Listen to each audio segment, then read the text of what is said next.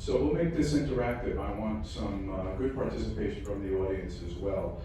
I thought I'd say I just started a 12-week for $12. That's $1 a week, and I'm getting the New York Post every day for the first time in my life, and it is very entertaining. Great pictures too. I mean, it's kind of reminds me of my childhood a little bit. It's great. But the article today is New York City is the city that never moves, most congested metropolis in the United States.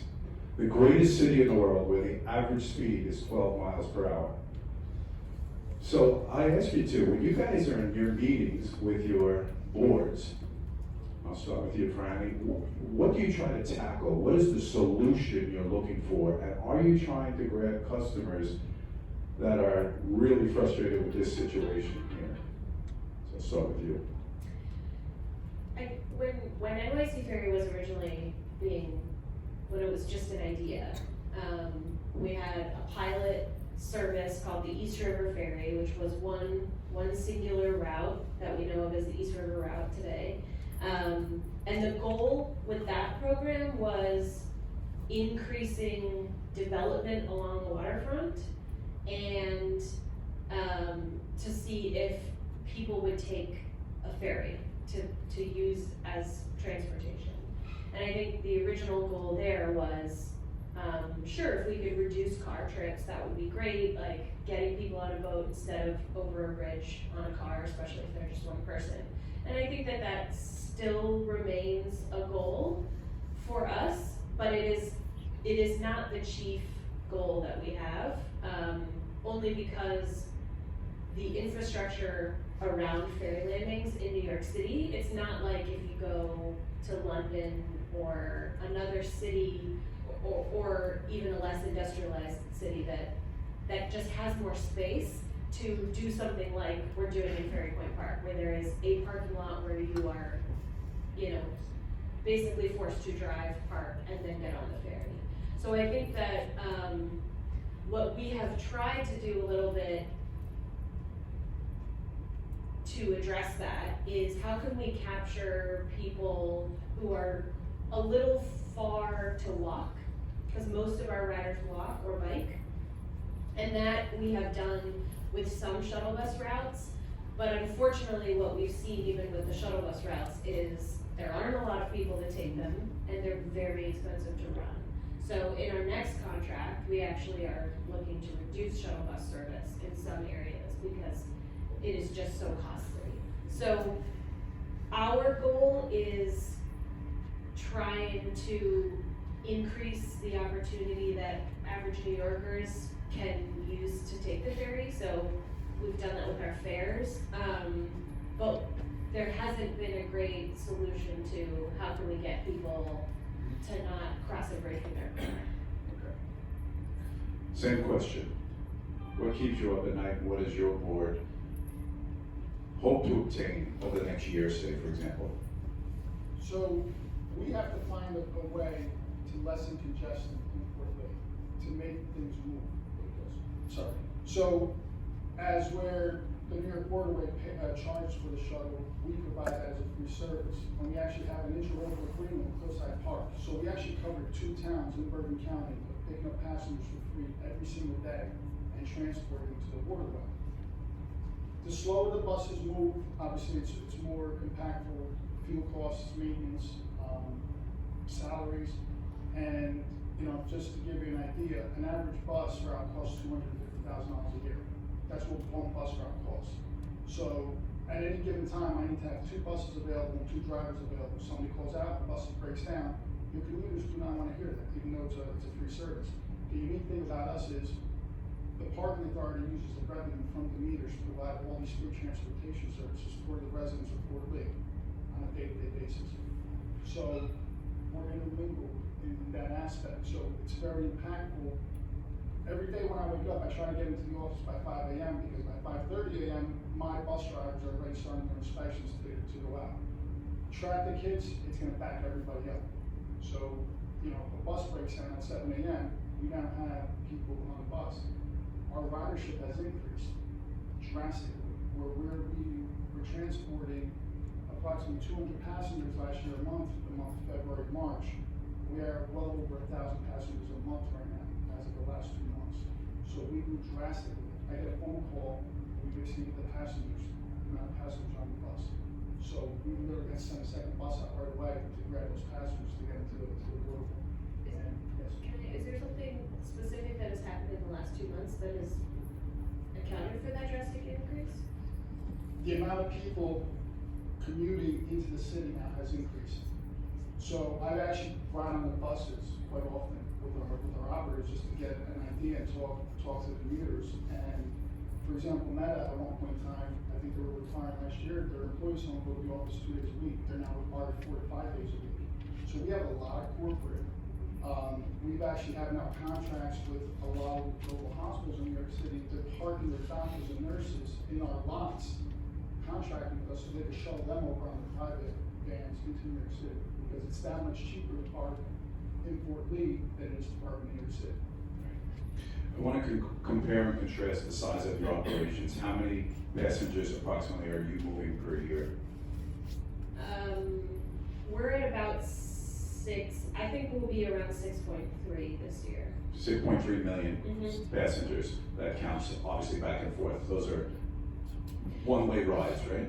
Yes, Okay. not individual people, there are people who will take it frequently, but 6.3 million trips, Okay. yeah. Comparing to approximately. So just the ferry route alone, we did about over 10,000 last year, but we transport well over 50,000 passengers on a yearly basis, just around Fort Lee itself. Okay. Is it fair to say that both of your operations are subsidized? Are they profitable, if I dare ask? Public transportation Right. is not profitable. Right. No, we have a subsidy, we are publicly subsidized, and so that's probably what keeps us up at night, is how do we reduce costs enough? How do we lower costs? We are not trying to, make money or, you know, Sure. break even. You're but trying to provide a great lower service. costs, yeah. We are only federally subsidized through New Jersey Transit for our senior citizens, the transportation that we also provide for Okay. medical, nothing for the ferry. Okay. That's $0, that all comes from the revenue of the meters. Compare and contrast again, how do you use pricing to change behavior, either by getting more passengers or a better experience, or for example, getting children and or more older senior citizens to drive? Franny, you first, please. Well, what we saw in the East River Ferry, which was the pilot before NYC Ferry launched, the fare on weekdays was, well, actually at first it was $4 across the board every day of the week. And then at some point the weekend ridership was so bananas that the service couldn't handle it. So the price increased to $6 on weekends, and that helped with capacity a little bit. But we're still having issues. When de Blasio came into, when his administration, took over, we dropped the price to $2.75. And so now we are in the process of raising it back closer. So,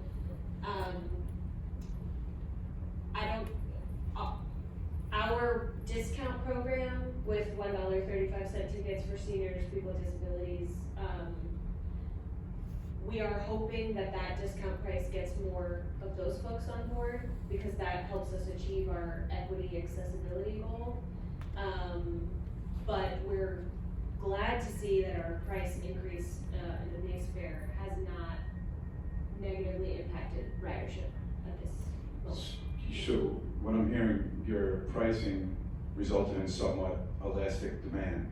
When you went to $6, you had a little bit more non-bananas, is what I heard, right? A little bit less, yes. Right, a little less bananas. Yeah. And how's your operation trying to change behavior with pricing? So we actually increased pricing at the beginning of the year on our meters. We do not charge for any form of transportation now. Okay. That is completely free.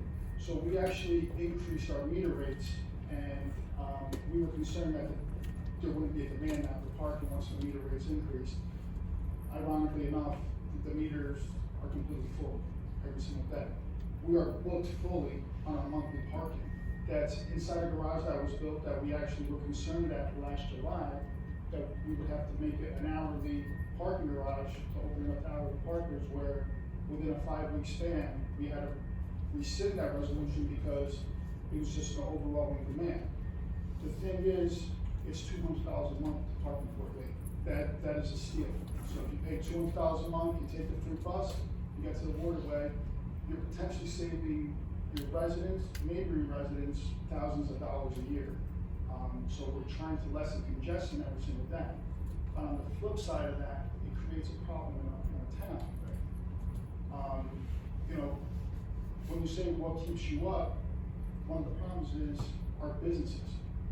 If there's congestion, we can't have major companies making deliveries during certain parts of the day. We have to create now, you know, we've been working, actually Romy and automotives to create these drop-off zones, because that's impacting our businesses and our business owners, and ultimately the parking guard is the one that's getting the front end of it, because they can't make deliveries, it's becoming more expensive, my customers can't get in and out of it.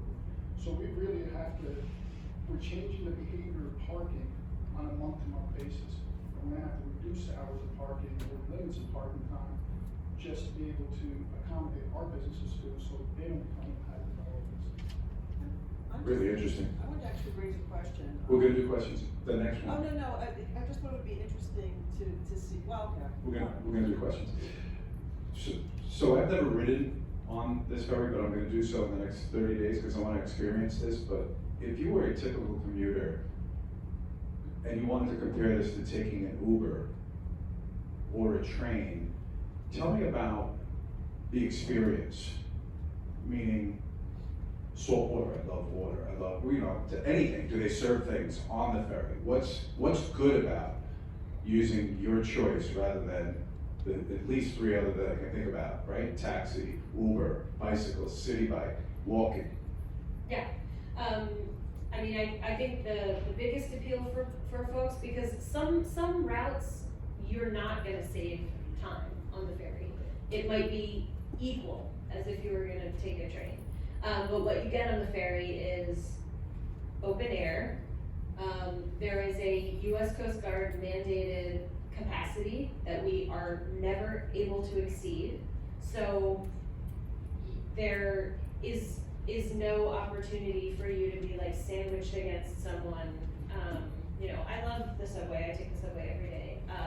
So no shade to the subway, but that is one thing that you get on a ferry is you have elbow room. You can be on the upper deck. There's a bar on board. Like it's, you know, there's a lot of, you'll get to know the regulars, the deckhands who greet you every day. Like, I think that a lot of ferry riders really get a quality of life improvement, and that's why one of the reasons why they like taking the ferry. Renata, we're trying to get rid of this saber going through your head right now. Somebody that knows computers come up here and do that. That works too. Okay, you can move on. Sorry about that. Same question, and then we will open it up to the audience. The question was basically your alternative in the experience. You know, what things would people like about the actual experience of the ride? Given the fact that maybe, as Franny said, it may not get them to where they need to go on time, but that's okay because they're gonna leave earlier because they're experiencing these positive things. Besides the fact that it's free. So obviously the free is the caveat to everything, you know, if it's free, it's for me. Our drivers are all local. Most of them have been there 15, 20 years. They know the residents. So it's more of that family, you know, transportation than it is just a random bus driver picking up the passengers. Secondly, my office is 10 miles away from here. It took us an hour and 10 minutes to get here this morning. So would you rather ride on a free shuttle that takes you to the waterway, as you said, the open wind, enjoy the weather, or would you rather sit in the car by yourself for an hour and 10 minutes trying to get to Lower Manhattan? It just doesn't make sense. And just the money that they're saving on a day-to-day basis, we need for vehicles because everything in Fort Lee is within walking distance. Who serves beer on the ferry? Who's serving beer? Anybody? We do. Okay, that's where I'm going. I'll go there first. We're not doing that. That's a reason. That's a great reason. One more question in the audience, congestion pricing, does it affect when it's coming? Tell me, does your operation look at this? Does it matter? Do you benefit, not benefit? Are you part of it? The congested pricing tax is gonna take a big impact on communities like Fort Lee, especially Fort Lee. We are gonna be overrun with people looking for commuting, alternative ways of commuting to the city. The traffic is gonna be horrendous. The Port Authority might toll us, cashless tolls, and it's still backed up. It's gonna hurt our businesses. It's gonna create more of a demand on transportation, which then is gonna create more, it's gonna require us to pay more money in salaries because we're looking to put more buses on the street. And it's also gonna create, more financial expenses for us in repairs of the vehicles. So coming out of Edgewater into Fort Lee, you have to come up with cliffs. Our buses are beat up constantly coming out of those cliffs between the motors and the brakes. What concerns me is when our co-ops back out and cannot transport all those people every single day because of the astronomical cost that it's gonna cost them, that burden's gonna lay on our shoulders. And what, I know we have several councilmen here, from Fort Lee. What we don't wanna do is pass that burden to the taxpayers. That's ultimately what you don't wanna do. It's a service that we've been providing for over a decade for free. And ultimately, if that does come to fruition, the parking authority might need to charge people to get on buses. So. Same question, congested pricing for your operation affects? It is not something that we are currently really considering. I'm very curious to see what if any impact it might have on us, but. Okay, good to know. If I can borrow this mic, and then you two please share questions from the audience. We'd like it to be interaction. Krista has our first question. Well, what I wanna do, I can talk, but I'm a No, singer. you can't. You can. Yes, I can, I'm a singer. What I'm interested in is there an opportunity, we have so many parking directors here, parking operators here in this room. Is there some sort of, especially, and if, I don't know exactly the parameters of whether it's 60th Street down to, I don't know where it is there an opportunity for, the operators in this room who have operations above 60 to somehow cooperate? I know it still means some cars coming into the city, but might there be a way to take the burden off of communities like Fort Lee, I'm sure Hoboken, Jersey City, they're all going to be impacted the way, he's already at capacity, so I'm wondering if there's an opportunity to cooperate that isn't necessarily state level, but it's on like a private level. Krista, restate that in one question. One question, because I want, who are you addressing your question to? To Hernani. Hernani. Grab the mic, Hernani, please. So, we have not been approached to do an interagency agreement between New York and New Jersey. I know Councilman Moon at one point in time discussed maybe speaking to federal transportation to see if they can provide us funds where we could have a shuttle bus run over the bridge. But that in itself is gonna be costly. That in itself is gonna be time, it's gonna require time. And like I said, 10 miles took us over an hour. That bus will never get back and forth. Yeah, to Fort I'm Lee in really time. talking about still encouraging, unfortunately, some private car travel, but that they could be then housed in facilities of some of the people in this room who might not be anywhere near capacity at this point. I'm just wondering. I'm not sure. I have not spoken to anybody on this side of the river, and I don't really have much information on that. Any other questions? I will give you the mic. I want somebody to ask a question about technology, please. I don't wanna ask about technology. Okay, I'll ask that after. Just wanna know, from pre-pandemic to today, what your kind of the ridership levels are. For NYC Ferry, 2019 was our highest ridership year. We had 6.3 million, and we were growing 15% every year. COVID, 2020, we ended with, I think, around 4 million. Last year, we broke 6, but didn't get to 6.3. This year, I think we'll be back at 6.3, potentially higher. And I assume that's concentrated Tuesday, Wednesday, Thursday? No, I would say, one of the interesting patterns that we've seen change since COVID is because of, what was mentioned before about in-office work, and that has really changed. The morning peak commute time has lagged as a return, like, it is not the same level that it was before COVID. But midday, PM peak, and weekends are all very much back, and sometimes even more than before. So I think leisure travel has changed, and I think one thing that we were maybe not leaning into as much in previous years with NYC Ferry is that we can't ignore that some people just wanna take a boat because it's a nice thing to do and they're not trying to get to work. So we've started to embrace that and understand that transit is for a number of reasons, and, as long as you're using it, like, that's what we care about, so we're seeing an increase, yeah. Did you wanna answer that too? It had to do with pre-pandemic ridership as opposed to now, correct? Jim? So, pre-pandemic, at one point in time, we actually had two ferry routes going at the same time. They actually merged them because it dropped in like 17, 18, and then it picked up again in 2019. COVID hit, and the ferry run actually stopped completely for a period of time. So when we picked up, ridership was very low. As I explained, from January to July of last year, ridership increased 60%. On top of that, we have now peaked beyond the 2019 levels. Ironically enough, or the trend that we're seeing in Florida, it appears that people are carpooling into New York City, and our ridership on the PM going back into Port Lee, at times doubles and triples the morning route. So.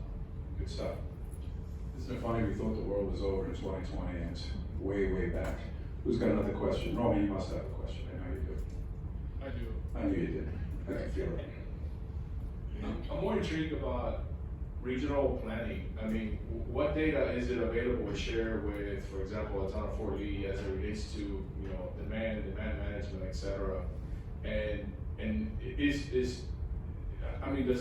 does the ferry work in a regional capacity with these other towns and cities who get affected by the demand, congestion that's expected? Is there any, and I'm an outsider, is there any monetary, is there any compensation, underwriting, et cetera?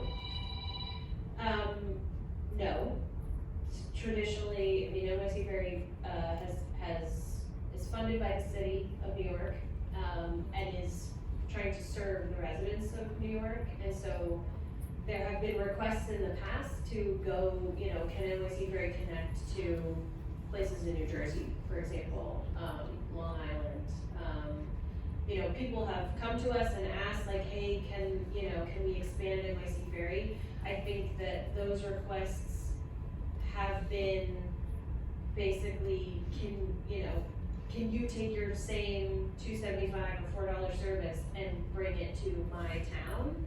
And knowing that the city subsidizes the service in a fairly significant way, like, that has not been something we have really considered in the past.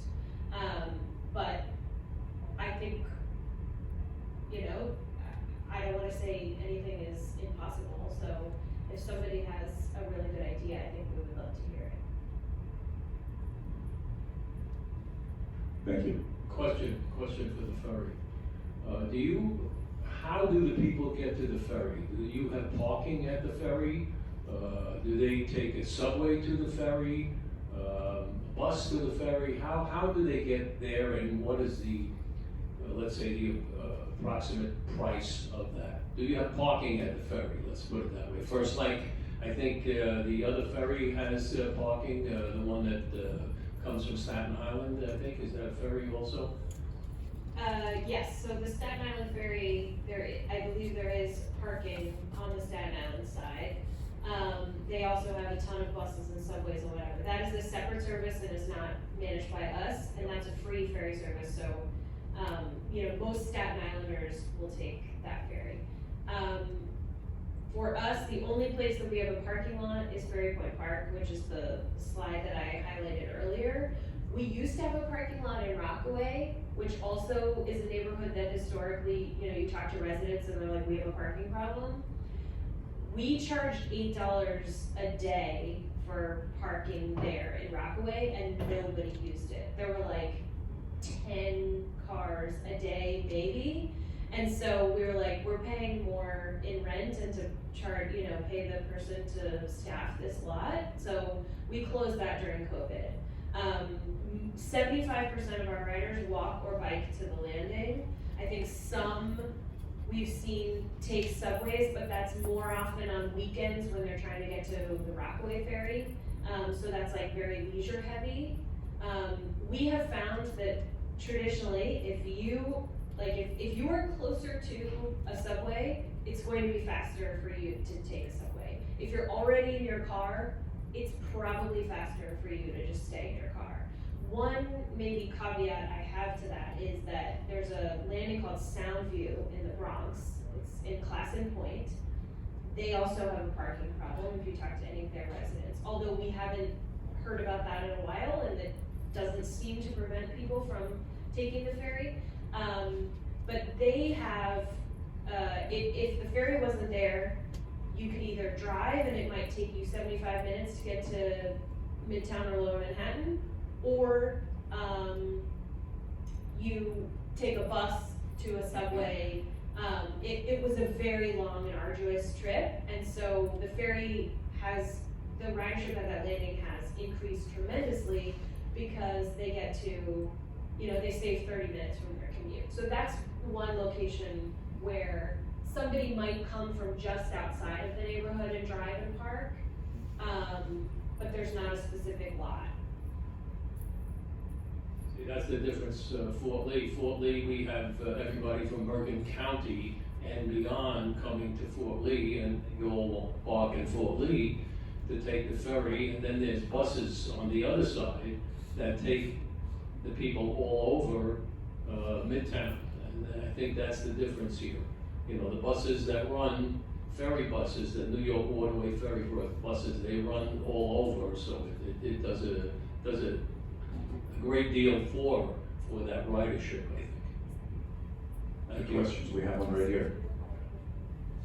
All right, this question is more for informational purposes, and I think as a kid growing up in New York, we took the ferry from Lower Manhattan to Staten Island. We always thought that was the New York City Ferry, but that aside, I learned something new. The New York City Waterways Ferry, is that part of the New York City Ferry? Because normally I would park at Weehawken, huge parking lots that may be developed now, and take you right across to the Javits Center. Go to the Javits Center, I'm taking a public transportation, and there's a free shuttle that takes you normally elsewhere. Is that part of your system? That is not part of our system, that's a private company, but they have a pretty impressive, I mean, I think the Waterway Ferry, which I know is their operator as well, they have a philosophy about, you know, they want to get people to Midtown, and then they know they have to also get them, because nobody works right on the water, right? Like you've got to go somewhere else. So they have a pretty impressive bus route that helps alleviate that last mile, yeah. Question over here. For Mr. Goncalves over here. From a municipal standpoint, you speak about an affordability of your parking rate within the structure, and that your shuttle buses are free in the city of Fort Lee. Not to be, I guess I'm looking at it from an operator standpoint at this point. And I'm trying to understand the municipality's aspect of it. But at what point do you find that it's not feasible in your pricing to provide the free service, as well as, and I understand that it's good for the community, it does promote the use of the bus, but at some point you have to raise your prices regardless. Obviously you get hosed with the $200 parking, and yes, it's affordable. On our end over here in the Bronx, we can't even charge $200 anymore. We're at $360 and up. So I guess the way I want to understand it, like, what a municipality does, even though subsidized and supported in this time, still has to be a business at the end of the day. Even Bob Iger at Disneyland started charging $1 when the parking was free there. So where's the tipping point? And where is it that it's a better understanding of like what the needs are? So the unique thing about the Fort Lee Parking Authority, we're autonomous from the town. We manage our own budget, and we don't receive public dollars from tax dollars to operate, to conduct our operation. So whenever there's increases, it's based on, obviously, operational costs, salaries, benefits, and that was one of the reasons that the meter rates were raised. We raised the rates of the garage at one time. It was $175 a month. That came right around the time the pandemic struck. And as I said, 6-7 months ago, I was in full panic that we had this debt service on a garage and we didn't have enough vehicles parking in there. Now I'm turning people away because we have an excess amount of vehicles parking on a day-to-day basis. So we actually have to weigh our options. Yes, we are providing a service to the community, we're providing a service to surrounding communities. And at the end of the day, the parking authority is a municipal entity. We're not there to be profitable. We're not a private business. If we break even at the end of the year and we provide a service, that's ultimately what we're looking to do for our customers, which are really our residents and surrounding residents on a day-to-day basis. So, but it isn't an issue that's addressed every single month during our board meeting as to where are we going with prices, what are we doing, and right now we're at a difficult stage that, looking at the short term and the long term, I can't even project anything because the numbers are just fluctuating so much in the last 8 months. It would be careless of me to kind of look at something like that because, so we're really taking it on a month-to-month basis and looking at the numbers at the end of the month of where we're going. Keep showing that, of course. Question for, Franny. So with the new developments on the waterfront, obviously news of a beach coming to Manhattan, where does New York City start to fit itself into that grander scheme of what, I guess, former administration of de Blasio moving forward with Adams and trying to move New York forward or to bring people back to Midtown? Is that what we're doing? We're trying to bring people back to Midtown? I guess. I'm a Brooklyn girl, I really don't. No, I think that EDC, where I work, which oversees the ferry, like we have a lot of different projects. We're doing, East Side Coastal Resiliency. We're trying to think about how we might redesign Pier 11 as a 10-15 year plan to make sure that it is sustainable and can accommodate ferry service. So I think that our goal with the ferry is not only to give people better transit access, especially as we're thinking about congestion pricing and getting out of cars and whatever, but also as a critical emergency service and backstop. And so those are things that we think about with the ferry. I think when we get a lot of requests all the time for where else can we bring ferry service, what else can we do, and we've said publicly recently that we're not interested in expansion right now, that's not what we're focusing on, we're trying to stabilize at the moment.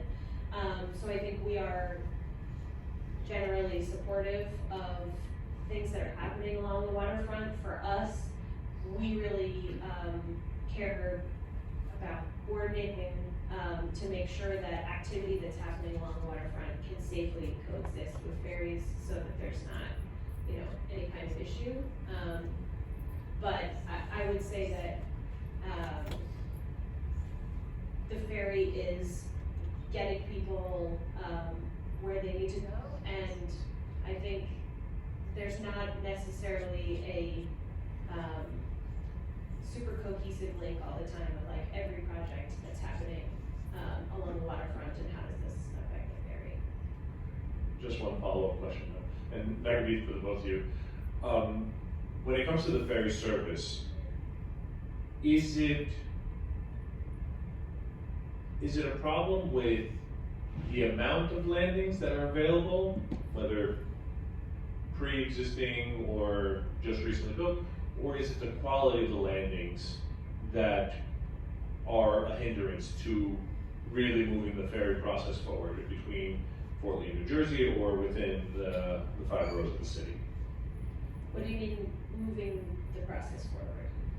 In other words, I saw the map, so you had a number of landings available within the city. These are all different designs, variations, they're not one standard landing, correct? Most of them are. Okay. For us, except for the ones that are owned by the city, they all have a very standard design. So there's 2 slips, there's a canopy, there's a ticket machine, you know, all of that. Okay, so the amount of landing is not, you know, like, being a problem, there's no, I guess, drawback in the quality of the landings. Is there improvements that need to be done? Is there things that the cities are doing? I guess what my real question is it a standardization system that you can do with the slips that can actually accommodate, say, people from Fort Lee, New Jersey who use the slips in New York and vice versa? Totally. We built our landings in a way that, you know, that definitely would accommodate our vessels.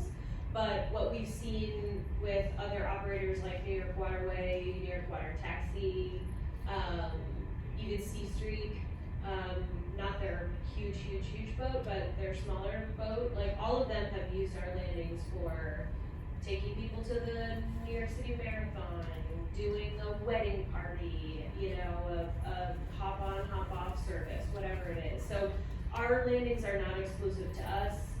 Anybody can, you know, request a permit.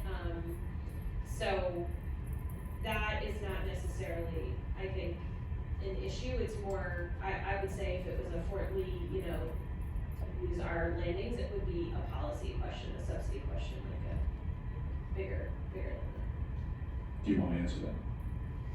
So we don't operate the boats, we do just the transportation on buses, and we do have a designated area at the dock to drop off our passengers and pick them up. Our obstacle on a day-to-day basis is congestion and traffic. That's our biggest obstacle. My drivers typically run 2 hours to 3 hours overtime every single day because they cannot get to the landing quick enough on time to pick the passengers, especially with the pressure. Next question, we're gonna take this right to lunch. We'll earn our meal. Anybody have a question? Any more questions? My last question is technology. How has it bluntly made you more efficient, if it has, and or more money? And is it making your process more efficient? Are passengers essentially getting on and off quicker, and is it a better experience? For any of you first, please.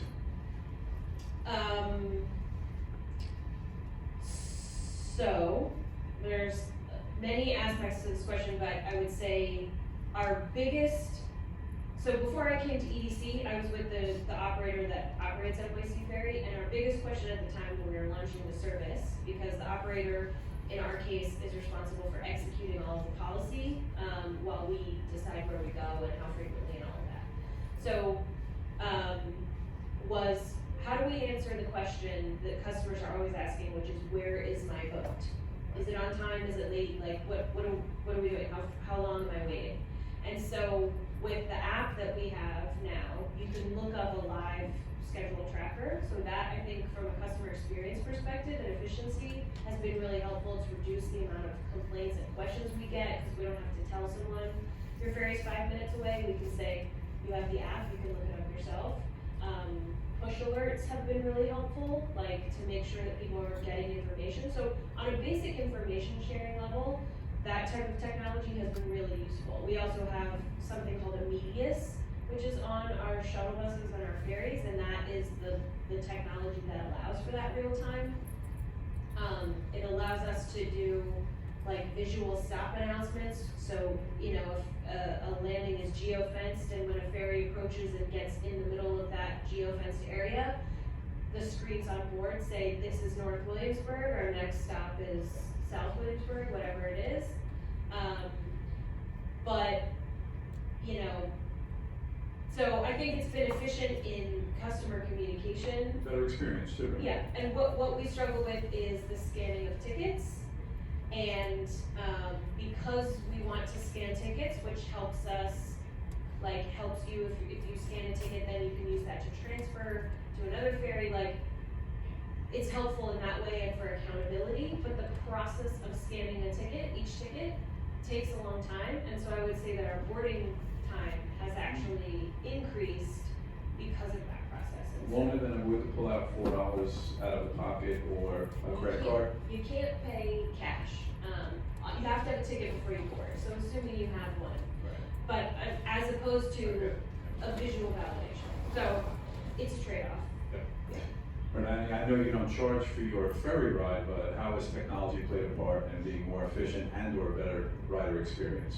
So, back in August, we began implementing, certain technological methods to improve, the enhancement of people parking for the, using our services. So, as of August, we've been, began converting our money meters to strictly pay by app, so we have 2 app providers. So, the commissioners agreed, based on our internal study, that, so 90% of our meters will be pointless probably within the next 2 years.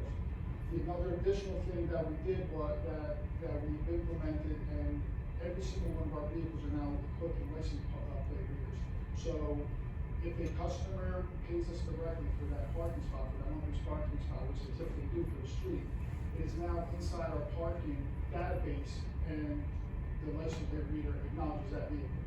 So we have really taken many leaps and bounds with technology to not only enforcement, but also to make it user friendly for